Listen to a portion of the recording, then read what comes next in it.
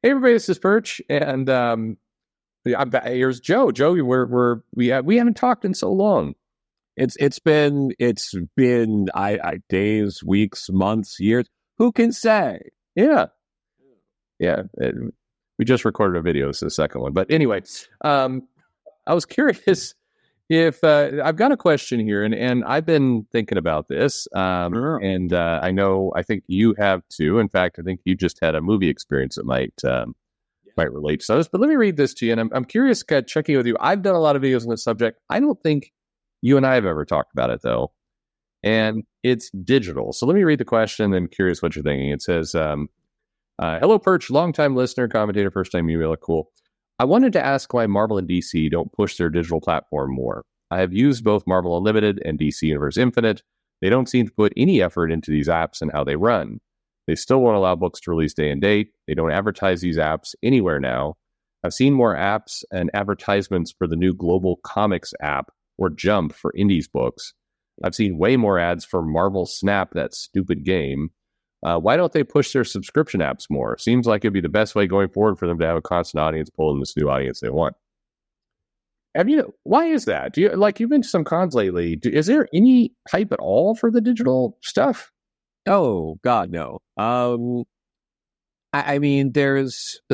I think you've talked about it before in the sense of you have to do something like in order to get people to pay attention. I think one example you might have used was something like, if you really want people to pay attention to the app, like do an important like Spider-Man story with an artist like on par with like a Todd McFarlane, and like Yeah. you have to get the app and you have to subscribe to this to get this story. You have to do something that pushes people to the app. As Netflix, you eventually have to stop shipping DVDs Yes. and get people to stream. That's right. That's a great analogy there, actually. Thank you. Yeah. So like, it's like you have to do something like that to get people on board with it. And both Marvel and DC do things differently. I had a good friend of mine complaining the other day how there's these different tier systems for the DC. So if you're not paying the premium price, there's a bunch of like runs that are considered premium that you don't have access to. Right. So they were trying to like, I've been talking about how it's like, oh, they're going through like Claremont's X-Men, and like you really got to read the, Marv Wolfman, George Perez, New Teen Titans if you like that stuff. And they were like, great. So they read the first issue on the DC app, and then it's paywalled. Any more than that, you have to pay the higher premium to have access to that. And when you do that, and the way that they were describing this, they're like, while on like the Marvel app, there are some things that aren't there, but you can read Claremont's X-Men run on that app without paying an exorbitant like fee. Yeah, the normal price. Yeah. Yeah, but like it is still missing a bunch of stuff that's important ultimately across Marvel's history. And it's like, this is a deterrent for new readers and younger readers to get into the older catalog. This is someone who's, like in their like late 20s who was interested in reading New Teen Titans. They grew up, they were a kid when the show was coming out, the cartoon, and they're not interested in buying $100 omnibuses to get it, but they're already paying for the app, but they're not paying enough. And that is a deterrent for people who otherwise would read it. And it's this like self-fulfilling prophecy, right? Like, right. Oh, younger people don't want to read the older stuff, so we're not going to make it as accessible because who cares? And it's just feeding into itself. I think you're dead on. And I also think it doesn't line up with their strategy in other places. You have, for example, you have this new Fantastic Four movie that's coming out, and clearly Feige and Disney Marvel are going to put a bunch of money into it. And a lot of what they're doing, at least from what the ads look like, is it's going to have this retro feel to it, right? It's going to do that. So why wouldn't you get all of that original Kirby stuff, the original run for Fantastic Four, get it up, get it in digital, Because to your point, that's where this teen to 20s audience is going to go looking for it. They will not buy big omnibuses. That's just, it's wrong for them. That keep printing the omnibuses for sure, because you have your 30 to, well, I mean, everybody dies at 45, but that age group will buy shit. But that younger group, I'm curious. There's a mail that's related to this. Let me read this to you as well, because it feeds into this topic. It says, "Hey there, Perch. Were you aware that Read Free Comics Online, the pirate site, now has a more complete collection of Marvel comics than the Marvel Comics digital app?" What does that say? I don't know if it's true or not, but I guess it's being true. Yeah, it might be, and it's not great. No, I mean, I think one of the hurdles there is probably the remastering. Sure. Because when you go to these like pirate sites, some people are just scanning old comics. Yeah. The quality is shit. It's sometimes. I don't mind that, to be honest, though. If and keep in mind, I'm not spending a ton of time on pirate sites, but you notice in the videos, I'll use screenshots of things. I often will just go to Google image search and grab the screenshots, and more often than not, I'm getting there. There's low quality scans, and I can see where it's originating from. But I don't know. I'd rather have a low quality scan than nothing. Sure, no, absolutely, and yeah, I mean, this is the sort of thing. It's like, have that all up there. Yep. Why not? The audience is ready for it.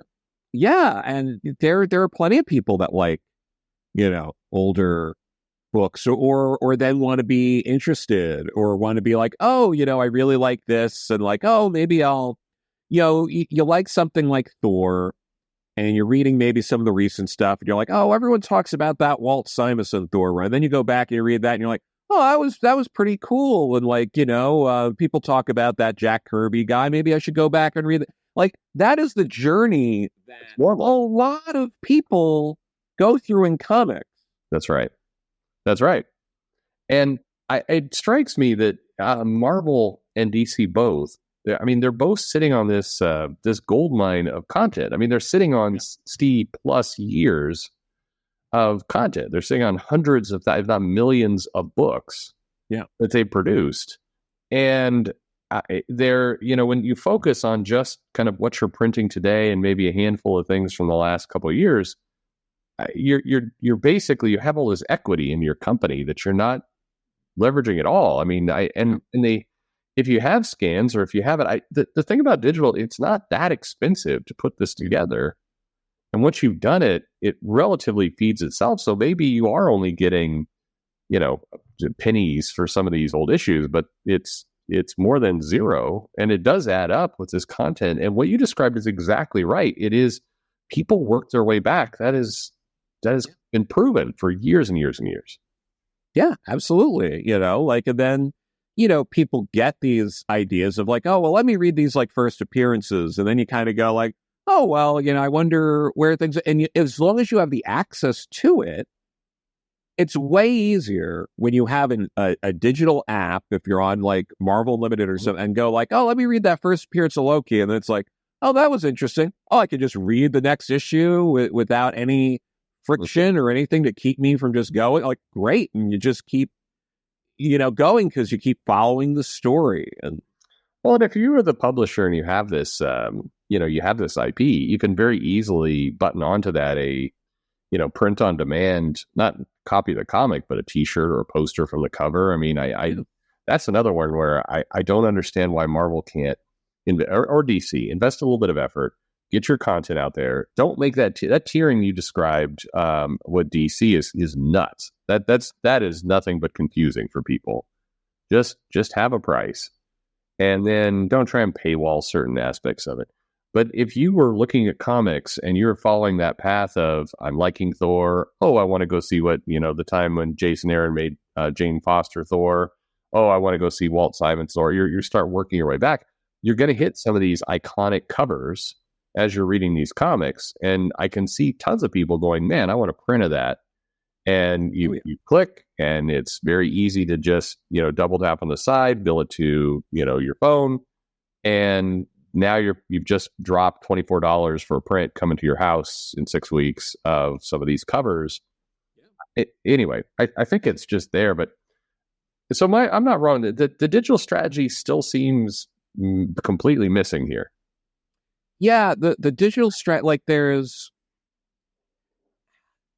a logic that like you can see it's not working, but like you can see this sort of like, oh, well, we want people to use the app, so we have to create some original content, but we don't want the original content to be too necessary, because that might upset the people who only buy physical, or that might upset some shops. So we don't want to upset different groups by having essential stories on here, but we want to make them feel essential. So they're like filling in gaps for things, but some of them are going to go to print eventually. But if one of these sells well, then maybe we'll print more. But because we're doing it that way, we can only have them designed so that way they can be scrolled, but also easily be printed into a comic. So you get this like very muddied sort of approach. Right. And to that point, so I was pulling this up. I'm curious about this. You're an X-Men fan. Yeah. You followed more or less Krakoa. You're in the From the Ashes period now, or To the Ashes, right? What is it? From the Ashes? It's From the Ashes, yeah. Okay. To the Ashes is probably a Freudian slip on my part. Were you aware that they put out a X-Men From the Ashes Infinity comic that basically retconned, or I don't know, retconned. It filled in a lot of blanks on Charles Xavier about what he did on Krakoa and how he worked with Orcus and the final days, and it feels like a pretty critical story in kind of what happened. They're doing some comics based off this, but did you know that this thing even existed? I was aware it existed, but I have not read any of that. Is that Alex Packnadell doing? Yes, I believe so. Yes, it is. Because I feel like he's been doing a bunch of the Infinite comics. And yeah, it's like it falls in that line of like, they're critical stories, but they're like after the fact kind of. So like they're filling in this like gap, and they're like important, but they're not important, and not like, so like you're in this like weird space where it's just like, oh, we have this like really important X-Men. If you're an X-Men fan, you want to understand what happened in between. You're right. Read this, I guess, if you want, but you don't have to. And you're like, it's odd. I think one of the things that's really this speaks to a bigger thing in sort of these like mainstream serialized sort of comics of. It feels like, and this leans into it, that there's a number of books that come out that are implied to not be important. Yeah, exactly.